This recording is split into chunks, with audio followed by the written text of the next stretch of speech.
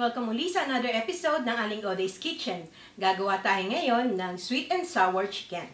And here are the following ingredients.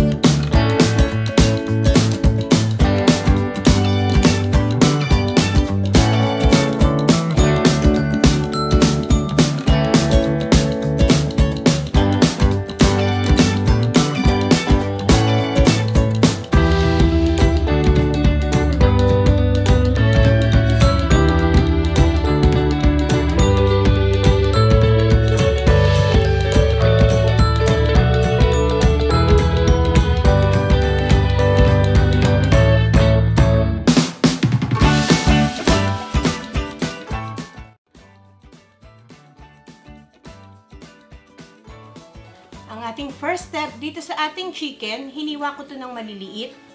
Yan. Mga 1 inch lang ang size. Imamarinate natin to. Ilagay natin yung salt. Adjust nyo na lang according to your taste. Pepper.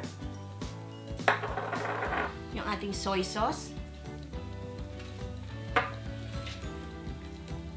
Cornstarch.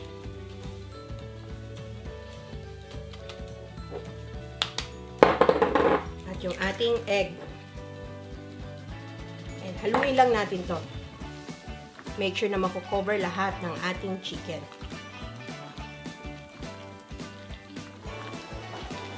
Ayan, well mixed na yung ating marinade. Ililive natin to for a minimum of half an hour bago tayo mag-proceed sa ating next step. Ang ating next step, magpe-preheat tayo ng oil dito sa ating pan. Ipiprito na natin yung minarinate nating chicken.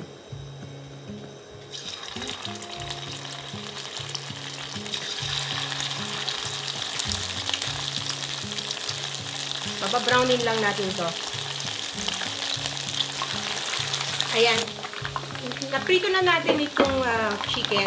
Golden brown na siya. Transfer natin sa plate with paper towel. Then, continue lang natin ang pagprito ng lahat ng chicken bago tayo mag-proceed sa ating next step.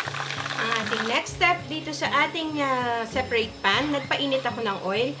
Isusutay lang natin itong onion. Palambutin lang natin ng konti. Ayan, medyo malambot na yung ating onion. Pwede na natin isama yung ating chicken stock or yung ating tubig kung walang chicken stock. At yung ating vinegar.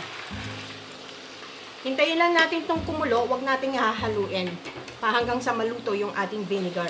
Ayan, kulong-kulo na yung ating stock. Pwede natin itong lagyan ng konting pepper. Adjust nyo na lang according to your taste. And season with salt.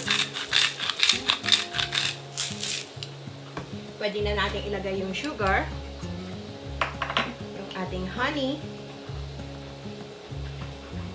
Depende sa sweetness na gusto nyo.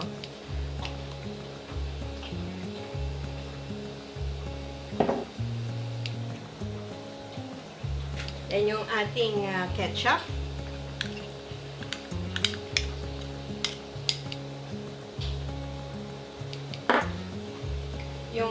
Yung syrup ng ating pineapple chunks. Yung ating pineapple chunks. At yung ating bell pepper. Hintayin lang natin itong kumulok. Ayan, kulong-kulo na yung ating sauce at saka yung ating bell pepper ay luto na. Tikman lang natin to kung okay na sa panlasa. Yan, tama-tama lang sa akin yung tamis at saka yung asim. Then, ilalagay na natin yung slurry natin, yung pampalapot na cornstarch mixed with water. Haluin lang natin habang nilalagay natin ito.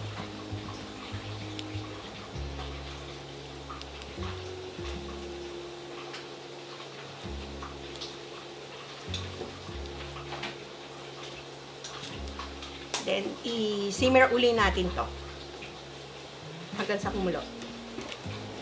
Ayan, kulong-kulo na yung ating sauce at malapot na siya. Pwede na nating ilagay yung prito nating chicken. Yan, haluin natin.